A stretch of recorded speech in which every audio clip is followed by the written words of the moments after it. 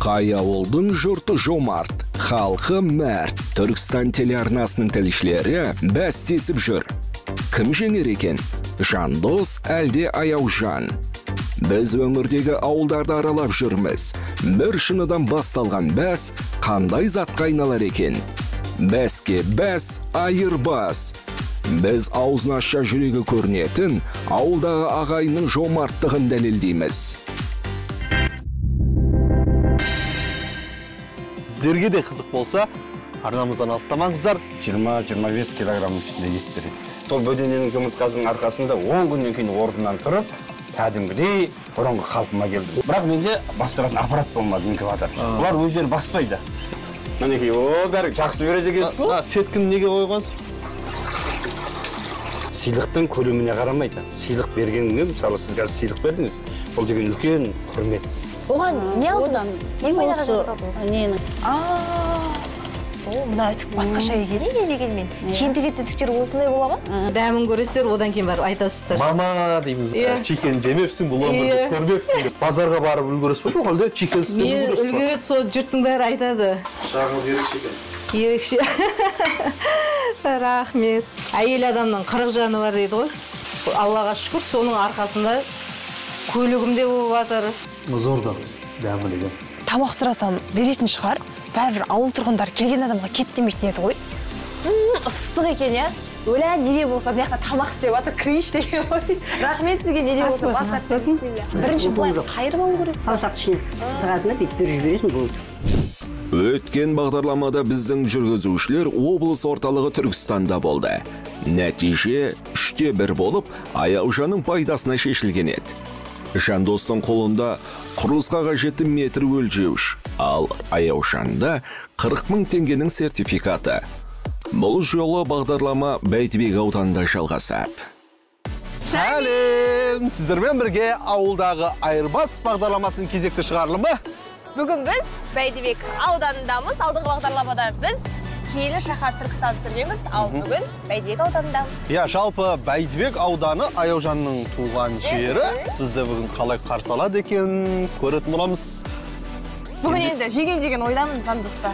Енді оны уақыт көрсетеді, кім жеңетін білгілеріңіз келсе, бізбен бірге болыңыздар. Ендеше кеттік. Қызық. Жандостың қолындағы метр өлшеуішті Бәйдібектіктер қалай қабылдайды? Қандай затқа ауыстырар екен? Жергілікті жұрт бірнеше бағдарлама бойы әзер жеңіске жеткен Аяужанның қуанышын су сепкендей басып тастамаса болғаны. Аяу қарындас, Бәйдібекті туған жерім деп иегі артып келгенде, жеңіліп, ұятқа қалып жүрмесең болғаны. Неде болса, әріптестерге сәттілік. Ал құрметті көрермен, кімнің қолы ашық, мәрт екенін білгілеріңіз келсе, теледидардың дауысын шығарып, экран алдына жақынырақ отырыңыздар. Біз бастаймыз.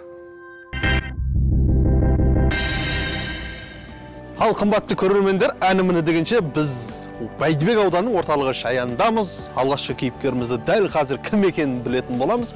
Оны сіздерге де қызық болса, арнамыздан алыстамаңыздар. Ендеше біз кеттік. Көке! Уағалейкум ассалам. Қалайсыздар? Жағдайларыңыз қалай? Шаршамай жүріп отырсыздар? Автокөлік аман-есен жеттіңіздер. Аға, ауылдағылар қалай? Жағдай қалай? Аман-есен, Аллаға мыңда бір шүкір.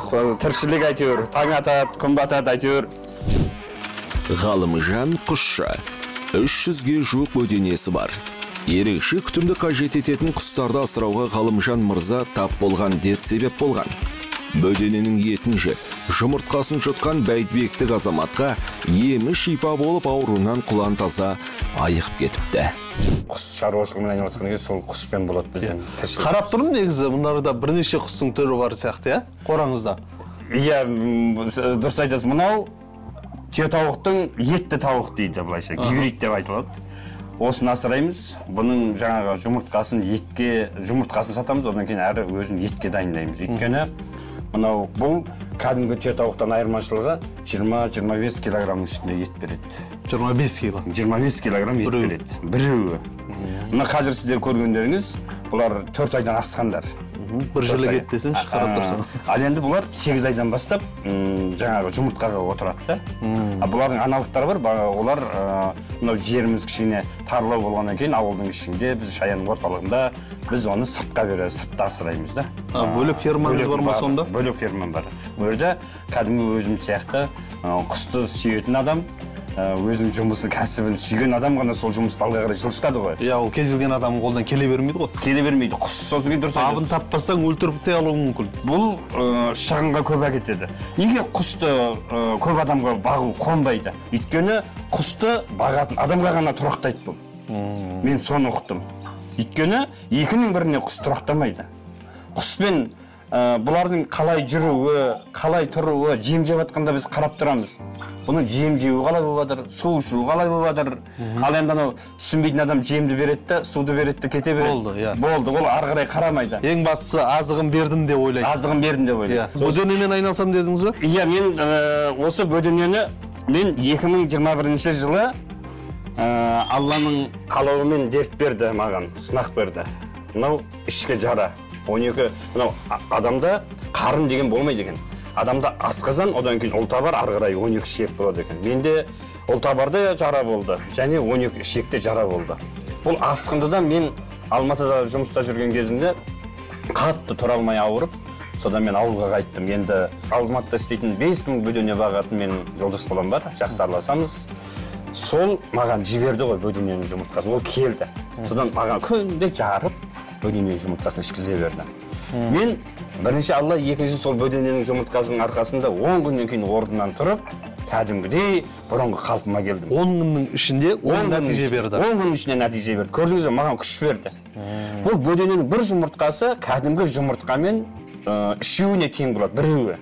Кәдімгі жұмыртқаның, мысалы, сіз қараңыз, 3 жұмыртқа кәдімгі тауықтың жұмыртқасы мен бөдененің бір жұмыртқасын салыстыратын болсаңыз, бұның калориясы, бұның ананың жанында деңгейі көп та. Ода сосын кейін мен 10 күннен кейін орнынан тұрдым да, осын тоқтатпай іштім. Одан кейін 1 айдан кейін сенесіз бе, сенбейсіз бе, мынау Шымкент орталықта әлі хабарласып тұрады. Ермек деген жігіт бар, диагностикада мынау жаңа біз сияқты түсіретін. Сол жігіт мені түсірді, о деп қуанып кетті. Жүгіріп келіп құшақтап алды, мен тұрмай жатып. Аға, айналайын деп.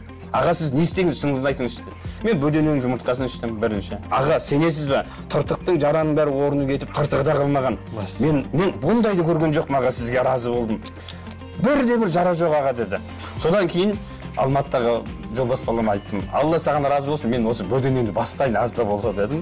Ол маған 100 бөдене берді. Коробкаға салып, кәдімгі 100 бөдене. 2021-де. 2021-де 100 бөдене берді. Мен сол бөденені күнде өзімнің жанымнан артық қарадым. Өзімнің жанымнан. Неге? Өйткені бірінші Алла, екінші осы бөдененің әкеліп себепкер болды. Мен осының арқасында тұрдым ғой. Сосын мен сияқты ауырып жүргендер көп қой. Мен соларға ең болмаса да бір кішкене қол ұшымды беріп, әйтеуір демеу болайыншы, ауданда жоқ та бізде. Мен сөйтіп асырадым. Ал кіреміз ішке? Кірейік. Енді сол 100 бас дедіңіз ғой, ең бірінші 100 бөдене алып келдіңіз. Қазір қаншаға жетті енді? Менде қазіргі таңда, дәл қазіргі уақытта менде қазір осы жерде 400-ге жақын бар. Өйткені мен жыл сайын 100 бастан көбейттіңіз ба? Жыл былай болды ғой. Мен ауылға келгеннен кейін жұмыс істемедім. Бұрын жұмыстар істедім. Әйтеуір Аллаға мың да бір шүкір. Содан осыған айналысатын болғаннан кейін әр пенсиямда шындығымды айтайын. 10-нан жағдайыма қарай 15-тен, 5-ден, 20-дан, 100-ден алып отырдым. Сатып алып тұрдыңыз? Сатып алып отырдым. Ал өзін бастырмадыңыз ба? Жоқ, бұны бастыруға болады. Бірақ менде бастыратын аппарат болмады, инкубатор. Бұлар өздері баспайды. Бұлар жұмыртқаны шығарады, шығарғаннан кейін оның жұмыртқаны шығарғаннан кейін оны жарыққа көреміз. Жарайды, жарамайды. Сөйтіп бұның машақаты көп. Сосын кейін мен тек қана қандай машақат сонда? Машақаты болғанда жұмысы былай. Мысалы жұмыртқаны қазір қараңыз. Мынау жұмыртқа ғой. Міне қараңыз, е? Мысалы, бүйтіп мынау жұмыртқа сіз білмейсіз қазір. Мынау жұмыртқа дедім ба, жұмыртқаны ұстап тұрсыз. Иә. Бұны бүйтіп қарайтын болсақ жарыққа. Мысалы, бұның өзінің светі болады. Сол бүйтіп қараған уақытта жұмыртқаның ішіндегісі сарысы мен ағы жарайды, жарамайды Ол балапан қалай ашуға. білесіз сонда? Бұны Жарамайтыны қандай болады, жарайтыны қандай болады? бұл жарамайтындары жаңағыдай сарылары бөлек-бөлек жатып ыдырап тұрады. Шашылып тұрады. Ал жарайтындары кәдімгі мысалы жұмыртқаны бүйтіп жарсаңыз, ағы бөлек, сарысы дұп-дұмылық болып тұрады ғой. Сол сияқты болып өзі білінеді. Сосын бұл бөліненің несі 8 айдан кейін жұмыртқаны азайтады. Қалай азайтады? Бір жылға 8 ай болады ғой. Мысалы балапан асып шықты, 16 күнде асып шығады. 16 күннен кейін 45 күн, 16 күннен асып шығады, 45 күннен кейін жұмыртқа кіреді. Жұмыртқаға кіреді, кіргеннен кейін 8 айдан кейін жұмыртқаны азайтады. Бір жылдан кейін тоқтайды. Ол неге кетеді? Ол етке кетеді. Ары қарай етке кетеді. Біз ары қарай қайтадан орын толтырамыз. Басқасын ауыстырып отырамыз, алмастырып отырамыз. Бұл да бір несі сол. Енді осында қазір қанша ауыл бар дедіңіз жаңа? Бізде қазіргі таңда 300-ден аса бөлінеді. 300-ден аса бар, иә? Күніне қанша жұмыртқа аласыз? Мен күніне 250-270 жұмыртқа аламын. Бұл мынандай, бір бөдене күнде жұмыртқалайды. Ал бір бөденелер күн ара. Бұларға сағат 9-да бердім ба, кешкі сағат 9-да ровно кешіктірмей жем берем. Екі мезгіл берем. Бұның бір қап жемінің өзі 6200 теңге тұрады, 25 килограммы. Алды. Ал енді басқа жем беретін болсаңыз, бидай бірдеңе жұмыртқаламайды. Сіз беріп көріңіз. Оны көпті көрген, көп жерде жүрген адамның да береке болады қолында. Мінекей. Себелейін ба? Жоқ, бұлай осымен бұлай бүйтіп салып шығасыз. Ал, бисмилла. Мынаған салыңыз. Бәрекелді, соған салып шығасыз. Бұл жақта толы сияқты. Мінекей. Көптің ортасында жүрген адамның берген жемі де жақсы болады. Өйткені неге? Өйткені берекелді болады. Көп жерде жүрген адамда береке болады дейді. Көп ортада. Мінекей, бәрі жақсы береді екенсіз. Сеткіні неге қойғансыз? Бұл сеткіні мына шашып тастамау үшін. Шұқылаған кезде мына жемдерді лақтырып жібермейді сыртқа. Сыртқа лақтырмау үшін. Жинақы тұрады. Бұл тауықтың өзі құстың әдеті ғой. Шашыратып жейді ғой. Тұмсығымен ұрып жейді. Сондықтан біз солай жасап қоямыз ішіне. Арнайы жасап қоямыз. Шелек алып келген екен, су құямыз ба? Су құйыңыз мынаған. Мен сізді жұмсайды. Сіз мынаған ақыр келді көмектесіп. Мынаған су құйыңыз. Ол не істейді сонда? Бұл суды құйсаңыз, мұнан өз анау шұқылап су ішеді ғой қызылдан. Тұмсығымен төртеп суды іше береді. Иә, біз көргенбіз. Ал, бисмилла. Бәрекелді. Толды ма, толмады ма? Толған жоқ әлі. Толмаса тағы келесіз. Күннен неше мезгіл? Көрдіңіз, сіз құйдыңыз, сіздің құйғаныңызда береке болады деп, суды дереуге ішіп жатыр. Қараңыз, мұны қандай әдем. Сол түртеді, су ағады. Әңгімені өлтіреді екенсіз. Ал енді жұмыртқалары жарайды, жарамайды деп айттық, бұл жұмыртқаны қалай сақтау керек негізі? Бұны холодильникке салмайды, мұздатқышқа. Салмайды? Өйткені мұздатқышқа салғаннан кейін бұның құнары жоғалады. Бұны менен алып кететіндерге мен айтамын. Мен сізге ескертейін, бірінші ескертетін. Бұны тоңазытқышқа салмаңыз. Кәдімгі үйдің температурасы бар ғой, бір қалыпты тұратын. Сол жерге қойып қойса, бұл тұра береді. 2 ай, 1 ай өзі көлемінде тұра береді. Бұған жылу жақындамаса болды. Өзінің қалпын сақтап тұрады. Тоңазытқышқа салғаннан кейін бұл өзінің қалпын жоғалтып алады. Ол ар жағында жұмыртқа жатыр. Жұмыртқаға кірді деген сөз өзі. Ол ар жағында түсіпті жұмыртқа. Ал мынаны бүйтіп қараймыз да, бұда әлі жұмыртқа кірген жоқ. Бұда 3-4 күн бар. А мына бөденелер жұмыртқалап жатқан бөденелер қазіргі таңда. Жұмыртқасы төменге түсіп, бұлай жылжып келе берді екен ғой? Арнайы өзі келе береді. Жұмыртқаның сырты былғанбайды. Бүйтіп қарағаныңызда біз халыққа ұсынған уақытта тап-таза болып тұрады жұмыртқа.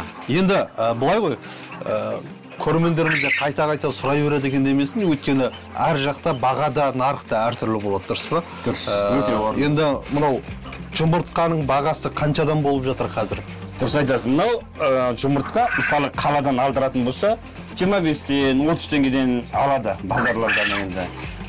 Мен өткенде барып көргенде сол баға тұғын. Ал енді мен бұл жұмыртқаны қазіргі таңда ауылда 40 теңгеден берем. Неге 40 теңгеден береді деген сіз сұрақ қоясыз. Неге сізге 40 теңге болды? Қымбат, неге? Қымбат болды деген деп тұрсыз. Менікі күнде жұмыртқалап жатқан жұмыртқаны алады. Қалада тұрып қалады. Қалада кішкене тұрып қалғаннан кейін бұның қанша деген қандай нәрсе болса да тұрғаннан кейін ол құнары төмендейді, азаяды. Сондықтан мендегісі күнде жұмыртқалап жатқаннан кейін мен 40 теңгеден беремін. Оның үстіне арнайы есеп бар ма? Айына қанша жұмыртқа жинайсыз? Әрине, болмаса күніне. Мысалы, мен күніне жаңа айттым, 300 жұмыртқадан күніне 270 жұмыртқадай алып отырамын. Ал енді осыны айына шағатын болатын болса, сонда әр кезде әрғылай ғой. Әр кезде 700-дің шамасында әр кезде әрғылай жұмыртқа келеді.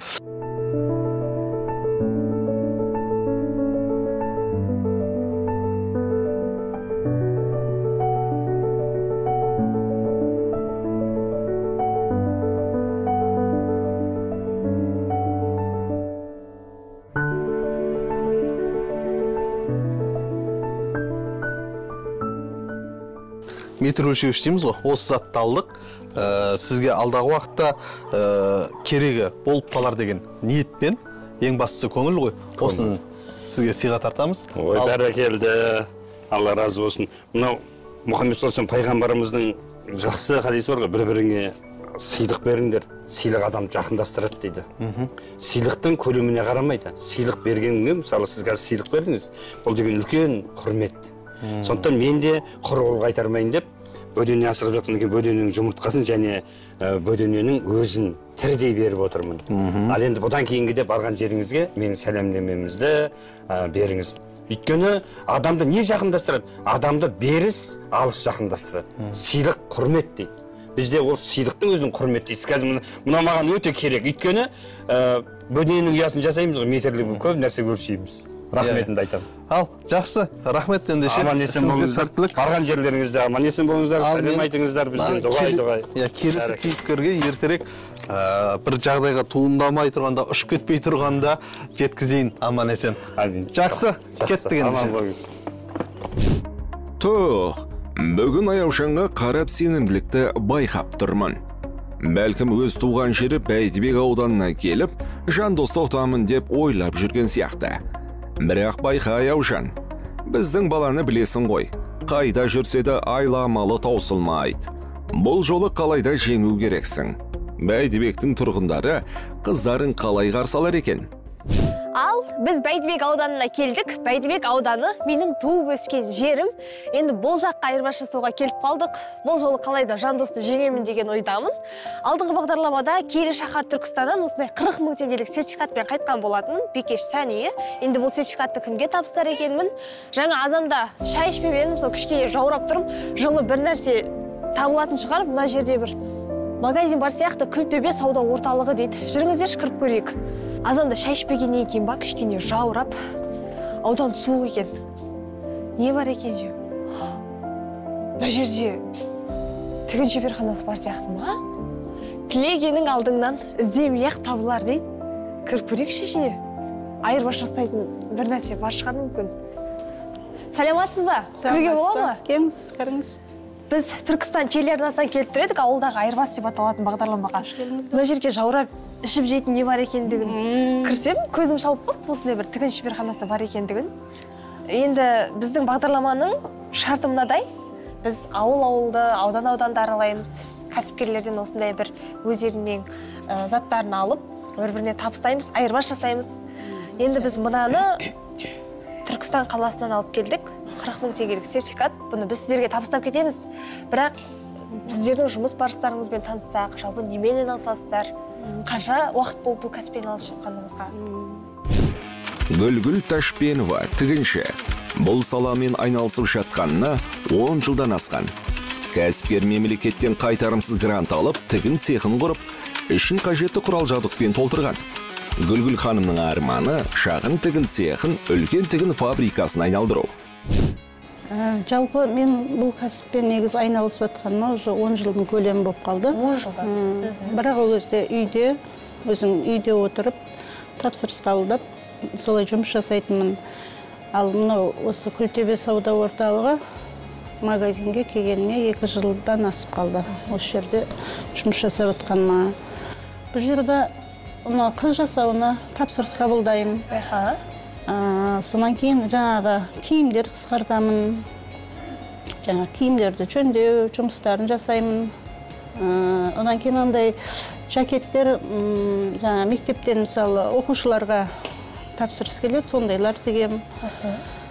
Негізінде жалпы осы қыз жасауына тапсырыс қабылдап, сондай жұмыстар жүргізіп жатырмын. Арнайы тапсырыстар түсіп тұра ма қыз жасауына? Мына жерде мысалы қарап тұрсам, көрпе, жастықтарды көріп тұрмын. Иә. Тапсырыс қабылдаймын, мысалы, әлеуметтік желілерге саламын, Инстаграмға саламын. Инстаграмға салып отырасыз ғой, иә? Инстаграмға, Фейсбукқа саламын. Өзіміздің осы Бәйдібек ауданында чатымыз бар, Берекелі Бәйдібек. Сол чаттарға саламын. Тек ауданда ғана емес, ауылдардан да тапсырыс түсетін шығар, бәрібір ауданның қанша ауылы бар ғой? Иә, ауылдардан, қаладан мысалы. Қаладан да тапсырыс түсетін. Жаңа Инстаграмға салсам, мысалы қаладан да тапсырыстар аламын. Солай осындай жасап жатқан жайымыз бар. Енді 10 жыл бойы айналысып жатырмын дейсіз. Бұл арнайы орталыққа келгеніңізге 2 жыл болды, ал 8 жыл бойы тек үйіңізде айналыстыңыз бұл кәсіппен. Ол кезде үйден осындай тапсырыстар қабылдап, үйден жұмыс жасадым. Енді мені бір қызықтыратыны, осындай дүниелерді жасауға арнайы маталарды қай жақтан алып келесіз? Маталардың сапасы маңызды шығар бәрі? Иә, сапасы маңызды. Бұл маталарды Шымкентте Алаш базарынан аламын. Шымкенттен алып келесіз? Бұл маталардың жаңағы несі, мысалы, матовый турецкий вилер үшін сондай сапалы материалдар әкелем. Оюларды мысалы сол қаладан ойдырып, тапсырыспен ойдырып, өзім өшеріға алып келіп, жапсырып, өзім барлық нені материалға зигзагта өзім тігіп, солай шығарамын. Енді тағы да қандай дүниелеріңіз бар таныстыратын? Таныстыратын дүние осы жақында мемлекеттік грантқа қатыстым. Сол мемлекеттік грантқа қатысып, 1,380,000 беріп жатыр ғой, соны ұтып алдым. Оған не алдыңыз? Ненің өзіме керек заттарды алдым. Мысалы, тігін машинкасын алдым. Айберлог алдым. Өте өзіме керек, осы заттар керек. Сонан кейін мата кесетін резка алдым. Бұл өзі кішкентай болғанмен несі жұмысы көп дейсіз ғой, біраз тірлікті бітіреді. Осы жақсы жұмысты атқарады. Одан кейін үтік алдым. Мына үтік басқаша екен дегенмен. Киім-кешек үтіктер осындай бола ма? Бұл жаңағы бумен. Салмағы да біраз екен. Бумен ба мынау? Осы 9 кило осы салмағына осы үтік несімен. Мәссаған, мынандай үтікті бірінші рет көріп тұрмын. Одан кейін гладиоль, осы жердегі заттарды сол. Демек, өзіңіздің кәсібіңізге қажетті барлық заттарды алдым дейсіз ғой, мемлекеттік грант. Ұтып алған ақшаға. Керемет. Енді менің бір нәрсе тігіп көргім келіп тұр. Енді қолымнан жақсы тігу келмейді, бірақ сонда да алдыңғы жол Түркістан қаласында осындай бір тігінмен айналысатын бір кісіге барып тігіп көргем. Енді маған көрсетіп жібересіз ба, қалай тігеді? Мен ұмытып қалдым оны. Бәрібір сіздің машинкаңыз басқашалау екен. Астына аяғыңызды қоясыз, ары қарай бас жүрмейсіз. Тіземен көтереміз, бері қарай. Тіземен. Қазір тоқтаңыз, сіз тіземен көтергенде мен лапканы көтер деген тұғым ғой. Материалды алу үшін де тоқтаңыз. Енді жіпті өзі үзетті бұл машинка, енді педалды астыртқа қарай басасыз. Астына. Қатты басасыз. Бұда қайшы пайдаланбайсыз, жіп үзетін кезде. Өзі кесіп береді ғой? Өзі кесіп береді. Енді біз тігу үшін лапканы көтеруіміз керек қой. Сол кезде сіз отырып тіземен көтересіз да, мысалы. Енді бүйтіп қойайын, е? Қойыңыз да, тізеңіз жіберіңіз да. Сосын кейін ені бері қарай өзіңізге қарай бұрайсыз. Бірінші инені қадап алу керек материалға. Енді жаймен аяқтағы педалды жаймен басасыз. Алып кеттік. Көрдіңіз, тез тігеді екен, е? Бұл тез тігеді, е? Қазір мысалы... Бұл жаңағы жылдамдығын қойған ба? Жылдамдығы мысалы қазір 12-де тұр. Мен өзіме қажет кезде жылдамдығын көтерем 20-ға дейін. Қаншаға дейін барады? Бұл 30-ға дейін барады. Қатты ең жылдамдық несі. Мен қазір өзім 20-мен. 20 ыңғайлы ғой, е? Ыңғайлы. Орташа жылдамдық 20. Иә. Өзіме ыңғайлы. Демек, күнде осы жерге келіп тігін тігіп отырасыз. Енді бұны сіз жіпті үзіңіз ал. Нан басамыз дедіңіз, иә? астыртқа қарай. Ого. Керемет, шынымен қайшыны да қажет етпейді екен. Небәрі бір ғана тетікті аяқпен басқарып отырсаң болғанда, артқа қарай бассаң жіпті шығарып береді, алдыға қарай бассаң тігіп береді. Мынау енді ең соңғы жаңағы несі сияқты ғой, үлгісі сияқты ғой, иә? Иә. Тігін машинасы. Міне, оңай екен негізде, бірақ бәрібір майда шүйде жұмыстар көп қой.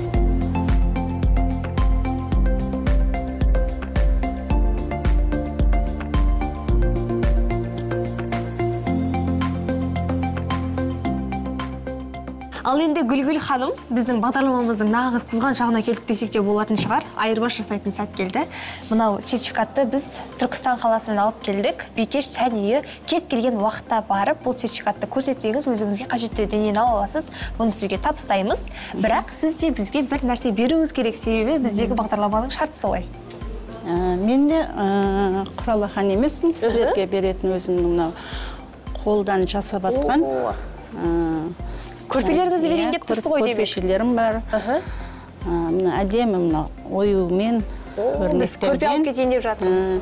Ай, аяужан. Бағдарламаның басталғаны жаңа ғой. Сен әлден айырбасының бағасын түсіріп тастадың. Мұның қалай? Киелі шаһар Түркістаннан алып келген 40 мың теңгенің сертификатын құны 20 мың теңге болатын 2 көрпешеге ауыстырдың. Тым болмаса бағасын көтеру үшін тағы бір көрпеше сұрамадың ба? Мейлі, бір ғана осы болар. Ары қарай сәттілік тілеймін саған. Сонымен Бәйдібектегі айырбастың алғашқы айналымын қорытындылайық. Аяушан Түркістаннан алып келген 40 мың теңгелік сертификатты 20 мың теңгелік 2 көрпешеге айырбастады. Ал Жандоста 5800 теңгенің бөденесі мен жұмыртқасы. Жандосжан, бөденеге жұмыртқасын қосып алсаң да, біздің қызға жете алмадың. Саған не болды екен? Әлде көз тиді ме? Есеп 1-0. Аяушан алда. Ой, Нұреке, нараға кіріп бір заттыр таңға шішіп жеп алайық. Қарын деген шорылдап күтті бар ғой. Как раз тәк балық дейді, чикен лаваш дейді. Жейсіз ба? Саламатсыздар. Қалайсыздар? Саламатсыздар ма? Қош келдіңіздер. Не, жұмыс істеп отырсыздар ма? Жұмыс істеп отыр. Не, отырып ішіп жеуге бола ма? Әрине, не қақырыңыздар. Меню бар ма? Ас мәзірі? Бар. Не, қандай тағамдарыңыз бар? Бізде балық бар, чикен бар. Отырып жеп дәмін көріңіздер. Бізде қазір не бар еді? Бөдене бар еді. Соны бағдарлама Түркістан телеарнасы осы ауылға арнайы келіп отыр бағдарламамен. Мүмкін сізбен соны айырбастап жіберсек. Болады, әрине. Келісесіз бе? Келісем. Ой, жақсы болды. Қуана келісем. Жақсы болды. Әрі сіздің тағамыңыздың дәмін татып көреміз, жылдам дайындалатын. Әрі айырбас жасап кетеміз, болады. Жақсы, ендеше сіз қазір кірісесіз ба? Онда бізге не беріңіз? Чикен беріңіз? Бір балық. Бір балықтан беріңіз. Айтпақшы, онда бағдарлама болғаннан кейін сіздің қалай істейтініңізді көрсек біз таныссақ. Онда ас үйге барамыз ба? Ал, жақсы. Кет. Үміт ханым, бармағынан бал тамған шебер аспаз. Өзінің маңдай термен нанын тауып, адал еңбегінің арқасында көпшіліктің ризашылығына бөленіп жүр. Тағамға алған әрбір тапсырысын ерекше махаббатпен, асқан кірпияздықпен әзірлейді. Содан болар, ол дайындаған тауық тырлақтары мен қуырылған балықты жергілікті тұрғындар сүйсініп жейді. Жүріңіздер, менің осы жұмыс орным. Аси, осы жерде дәмді нәрсенің бәрі осы жерде дайындалады ғой? Әрине. Мәселен, кішігірім ғана екен, Кішігірім. Осы, мынау жаңағы чикенім менің.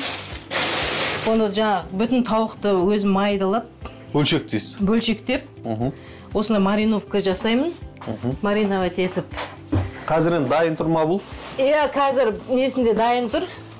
Осындай қолыма одноразовый перчатканы киемін. Ол тазалық үшін, Тазалық үшін. Маған сүйектері кішкентай емес па? Балапан ба бұл? Жоқ, кәдімгі тауық қой, 1 килограмдық. Сол 1 килоны 14-ке бөлемде. Сөйтіп осылай Мына жерге ыдыстарға бұның дайындалуда өзі несі бар? Жылдам ба? Қанша уақытта дайын болады? Бір заготовкасы бар. И 10 минутта піседі ғой. 10 минутта. Заготовкасы дайын болса егер, иә? Мариновать етіп. Неше күн тұрады? Мариновать етіп кешке, особенно кешке істеймін мен бұны. Мариновать етіп. Таңға дейін тұрады? Иә, таңға дейін тұрады. Жаңағы денесіне сіңіп, жаңағы әдемі болып, жеген кезде сочный болып тұрады. Енді ауылдан бұндай фастфуд өнімдерін ашу қаншалықты тиімді, өйткені ары бері қалай емес, жолдың жаңа несі емес, үлкен жолдың бойы емес. Ауылда тапсырыс көп па? Тапсырыс болады енді. Ауыл болғаннан кейін анда-санда шығар енді. Қарызға да болады, жаңағыдай. Әйтеуір тоқтамайды, қалмайды, ашыған емес. Күніне енді мынандай бір есеп бар ма? Қанша тауық кетеді, я болмаса қанша кило ет кетеді? Әр кезде әртүрлі, мысалы үшін мейрам кездері осындай 2 шара, 3 шара сатам. Жай күндері осындай 1 шара. Жаңағыдай балыққа келеді, адамдар келеді, болмаса үйіне алып кетеді. Көбіне жаңа туған күнге келетін шығар, отырыстарға. Сіздің жұмысыңыздан қалдырмай, жұмыс істеп отырып айта берсеңіз, иә? Әйтпесе, иә, саудаңыз тоқтап қалмасын. Мына жерде ұным тұрады, осылай бүйтіп аламын да. Жаңағы өстіп. Мынау су ма? Жылы су? Иә, жылы су. Осылай бүйтіп араластырып аламын да, өйткені мынау панировкасы.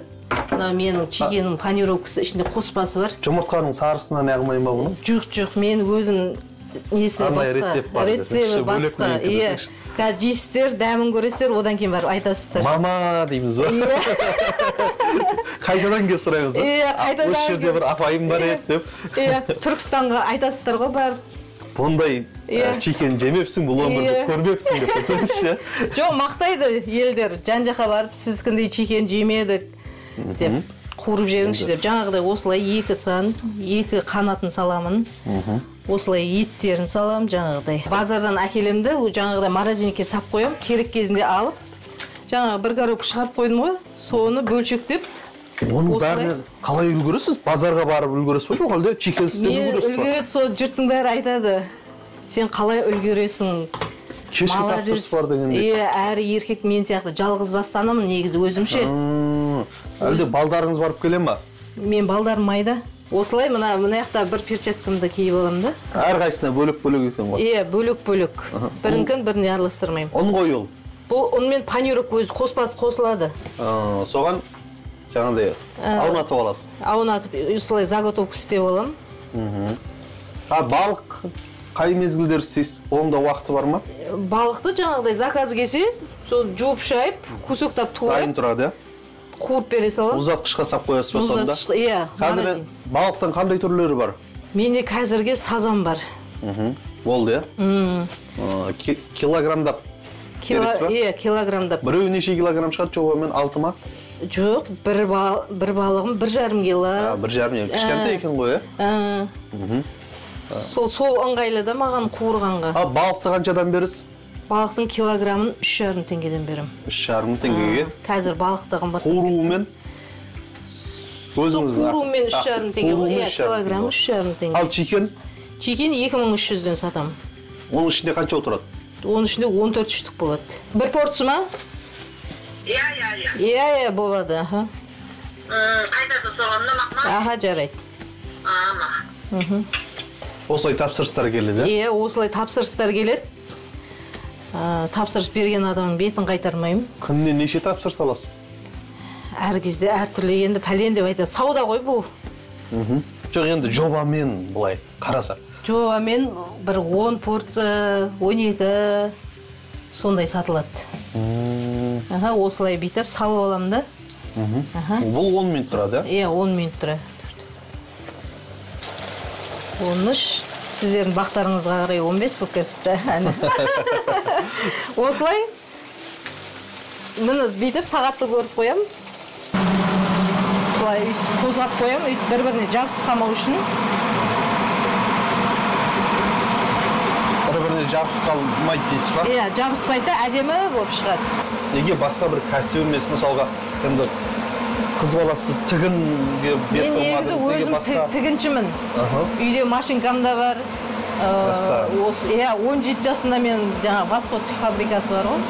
Сол жерде 7-8 жыл жұмыс жасаған мен. Қайсысы оңай енді тігу ма, жоқ әлде осы чикен жасау ма? Енді тігіске тапсырыс аз болады. Мына тамақ болғаннан кейін үзілмейді десеңші, өлмейтін жұмыстың бірі. Тамақ болғаннан кейін бұл күндегі тапсырыс болады. Ал тігіннен ондай тапсырыс айта алмайсыз. Редко болады.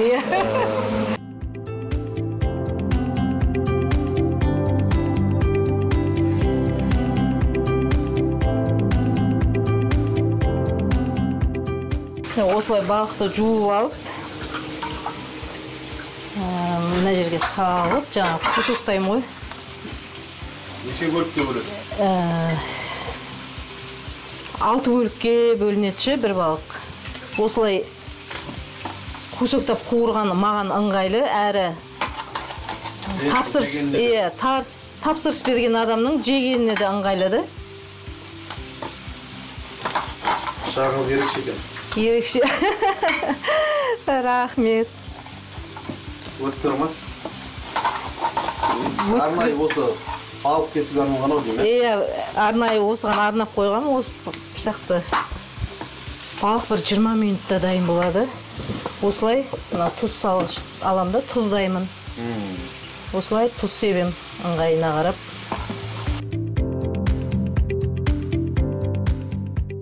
Бұны да жаңағыдай мынандай перчатканы киемде. Бәрін? Бізге келген соң әдейі істеп отырмын? Жоқ, мен 5-6 пачкілеп алып қоям.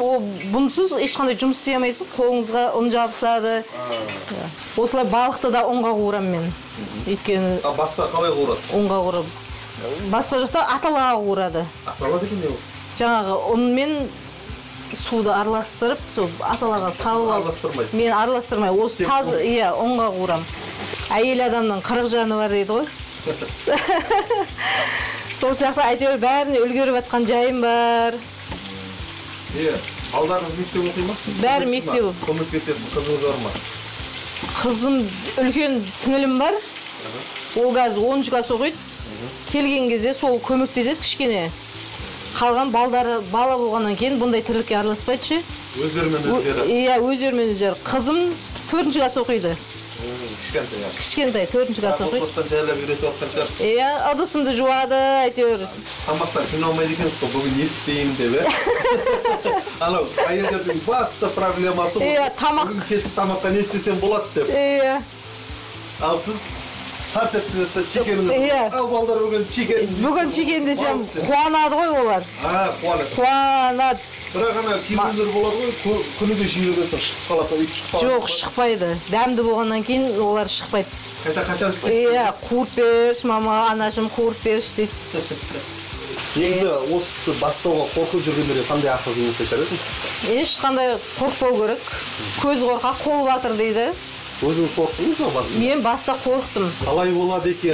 Қалай болады екен? Өте ма бұл? Әрине, болды ондай жағдай. Сол қорқынышты басып, кірістім. Нар тәуекел дедіңіз. Нар тәуекел деп, не болса болсын, әйтеуір жаңағы не дейді. Қорқпау керек қой. Ешқандай қорқпау керек еш нәрседен. Алға қарай тек қана алға ұмтыла беру керек. Аллаға шүкір, соның арқасында көлігімде болып жатыр. Осы шекермен балықтың арқасында көлікті болдыңыз. Есік алдымды жасаттым. Осы жақын арада. Брусчатка төсетіп. Алдағы уақытта жоспарлар жаңағыдай лавашымды ашсам деймін. Одан кейін осы дамытсам, әйтеуір арман көп қой.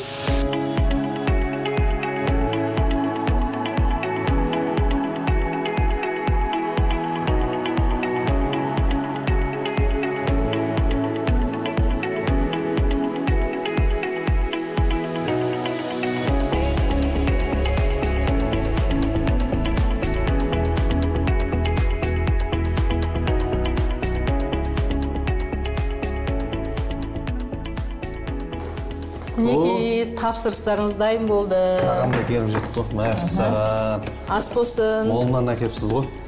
Құдан бүгін тауысталамыз да. Жеңіздер. Ас болсын сіздерге. Ал, бағасын көрейік. Жеңіздер, көріңіздер. Ал, бисмилла деп. Қазір тез, жылдам, әрі тез дайындалған тағамның дәмін татып көрейік.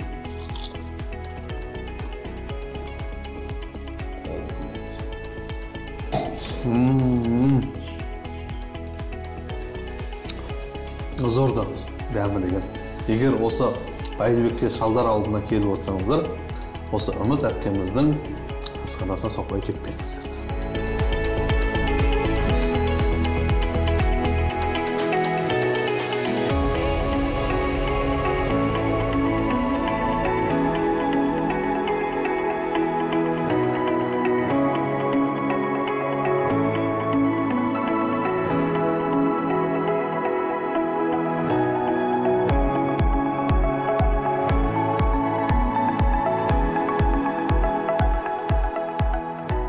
Үміт ханым, расымен де жұрттың айтатындай бар екен. Дәмді болдым. Дәмді екен, өтте дәмді, рахмет айтамыз сізге. 5 бөдене әрі жұмыртқасымен. Білесіз ғой, бөдененің қандай пайдалы екені, еті де, жұмыртқасы да пайдалы, сондықтан осыны өзіңізге сыйға тартамын. Сіз айырбас ретінде бізге қандай зат бересіз? Енді менде кішкене асқыстау болды. Дайындықсыз болып қалдым. Мына келесі кейіпкермен, мынау әдемі бір сазан балықпен, менің жаңағы чикен дайындайтын тауығым.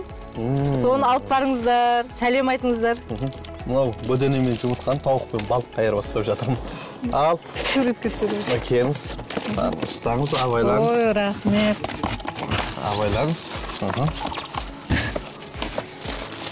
Ал, міне балық пен тауық қолымда. Мен ары қарай келесі бір кейіпкеріме қарай аттандым. Ендеше кеттік.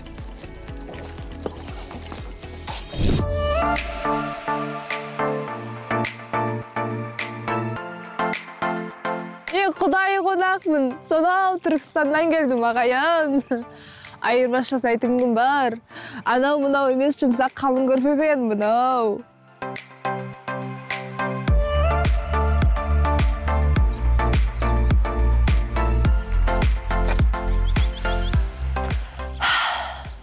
Тамақтың еш шығып тұр ма? Азанда да еш нәрсе ішпеген екен, қарным ашып тұр. Мына үйден шығып тұрған сияқты не де болса ше. Барып көрсеп, тамақ сұрасам беретін шығар. Бәрібір ауыл тұрғындары келген адамға кет демейтін еді ғой. Үйөлә, ит жоқ па екен? Итке талан жатпайық. Кім бар екен іште? Не дер екен? Қарным ашып тұр деп айтсам. Апай! Келіңіздер, кіріңіздер. Сәлематсыз ба? Саламатсыз ба? Сіздердің үйлеріңізден бір күшті тамақтың иісі шығып тұр ғой.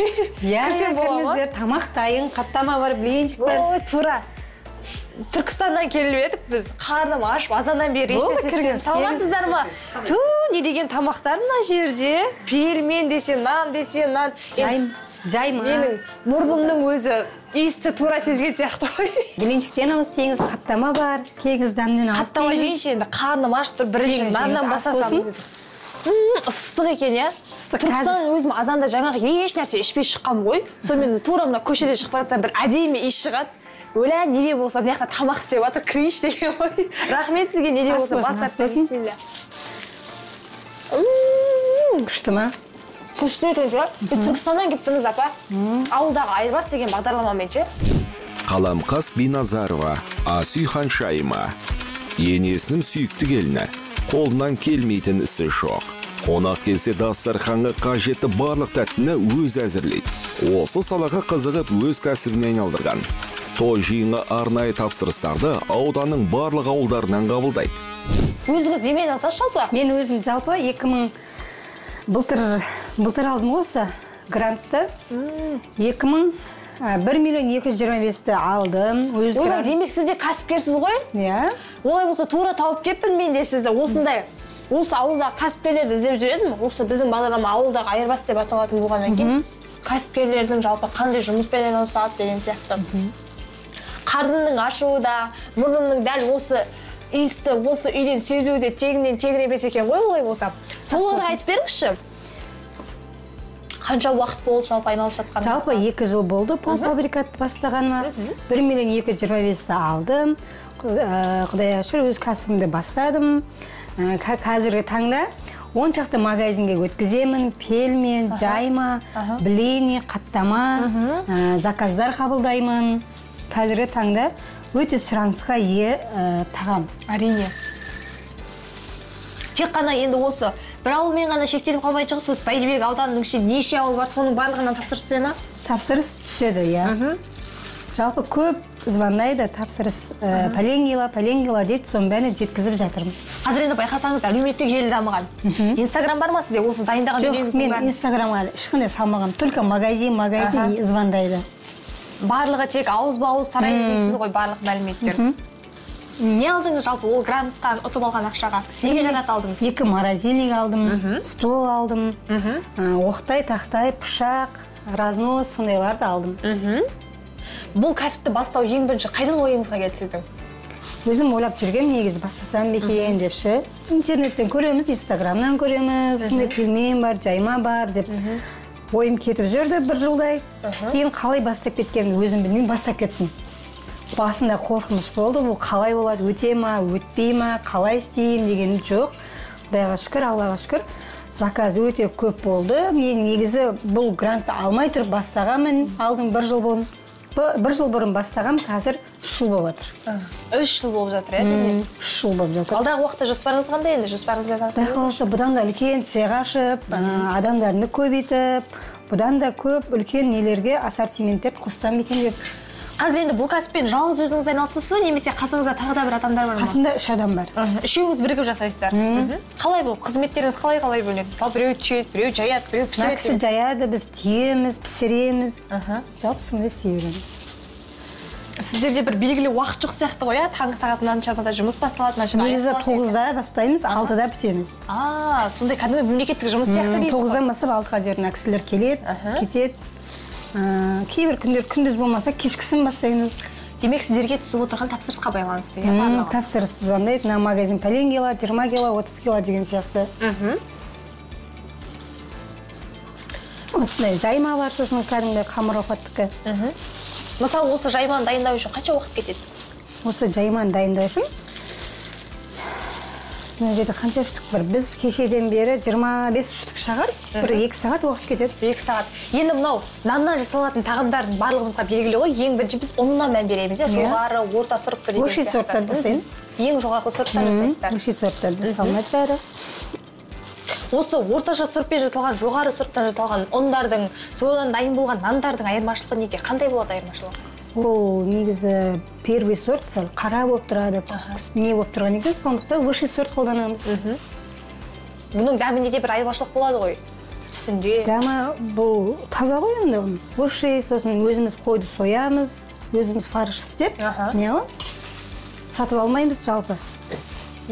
Фарштың өзін арнайы өздеріңіз қой соясыздар, соның етінен дайындалған фарш ғой, иә? Таза фарш. Сатып алынбайды фарш. Енді мен де бір қарап тұрмай, сіздерге көмектесейін, бір-екі нәрсе болсын, пельменнен түйіп көрейін, е? Түйіп көріңіз. Қасық.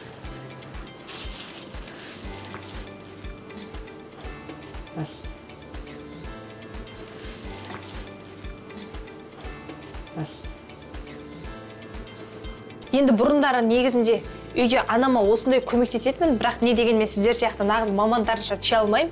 Енді қолымнан келгені осы, өте әдемі шықпаса да, дәл осылай кішкене болсын келістіруге, үйлестіруге тырысып жатырмын. Апа, енді сіздердің түйеулеріңіз қандай? Басқаша бір ерекшелік бар ма түшпәрі түйеуде? Міне ең бірінші мынаның ішіне. Не қыласың? Ортаға қойып, 2 бүкте. Бір саусағыңды арасына салды, өзіңе қарат, өзіңе. Өзіңе қарай бейт. Көрсетші. Ажа. Қайырып барып өзіңе бүгесінде, сонда пельмені әдемі шығады. Бірінші бұлай қайырып алу керек? Саусақты ішіне тығасында бейт бір жібересің, болды. Көрсет. Кейін өзіңді наверное, бұлай қайтарасың да. Бұлай қайтарып, Сенікі жаңа теріс сарап қалдың. Өте ыңғайлы екен, міне мына жерде қаншама түшпәралардың барлығын. Енді мына түшпәраның бір осын түйу үшін қанша уақыт кетеді сіздерге? Дәл осы тұрсын. Қазір біз енді көп не қыламыз ғой, 10 зола істейміз талғыда. Сол 10 золаны 2 сағат, 3 сағатта бөлеміз ғой. Оңай емес бұл да. Елмен құдық қазғандай ғой, майдалап отырып. Бұны жаңағы зуала жасау үшін де оған да бір маңыздылық керек шығар. Жаңағы нанға зуала жайған кезде қамыр жұмсақ болу керек, ішіне тұқым қосу керек, сонда бір ерекше шығады дейді. Ал түшпәраның ерекшелігі неде? Оның қамыры қандай болу керек? Бұның қамыры қаттырақ болады. Жайғанға да әдемі шығу керек. Бүккенде жаңа қолға бетіп әдемі болу үшін қамыры сәл қаттырақ болады да. Сонда пельмен әдемі шығады. Сонымен қатар осындай дайын пакеттерге салып, морозильникке салып қоюға да болады ғой, бұл ұзақ уақытқа дейін тұра береді. Қанша уақыт тұрады бұл мысалы? 3 айға дейін тұра береді, о, керемет. 3 айға қалдырмайды ғой, қояды ғой, шаяның қалқы көп. Демек сұранысқа ие. Сұранысқа ие, күнделікті. Бұл кәсіпті біз бастағанымызға 2 жыл болды. Семейный жаңағы, мына үлкен келінім, одан кейін екінші келінім. Арамызда бір апамыз бар еді, денсаулығына байланысты бір айдай болып қалды кеткеніне. Әйтеуір осыны бүгіп, халыққа беріп, өнім шығарып, әйтеуір кәдімгідей бүткіл халық көріп, осыны пельменімізді қабылдаса, біздің жаңағы әдемі шыққанымызды, негізінде біздің пельменді көбіне мақтап жатыр енді. Әйтеуір сенімнен шықсақ деп, семейне өйстіп не басамыз да, пельмен бүгіп басамыз. Немереміз дап келеміз әйтеуір. Қаттаманады, мына келініміз өз бір қолынан пісіреді, блинчигі бар. Осы кәсіпкерлікті әйтеуір бастағанымызға мінекей, Аллаға шүкір, жаман емес балалар.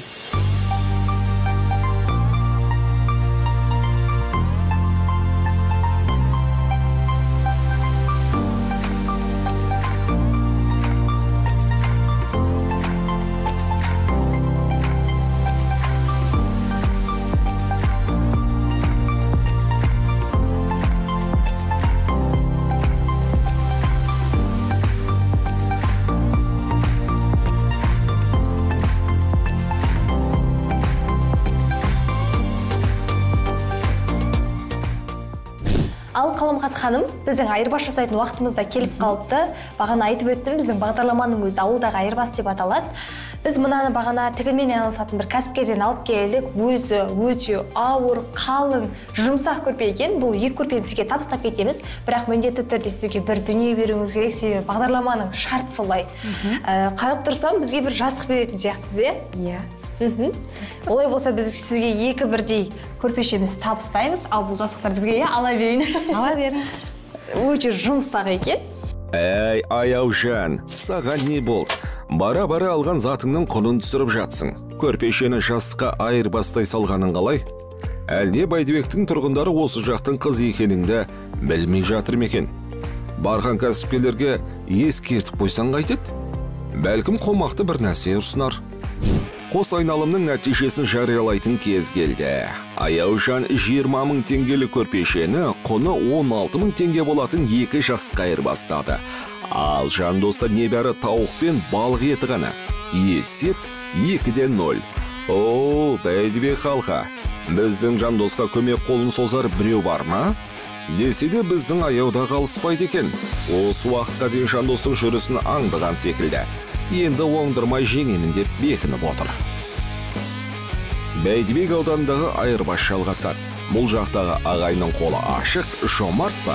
Әлде шық бермес Шығайбайдай сараң ба? Оны келесі бағдарламада білеміз. Бәске бәс, айырбас. Біз Түркістандағы ағайынның жомарттығын көрсетеміз.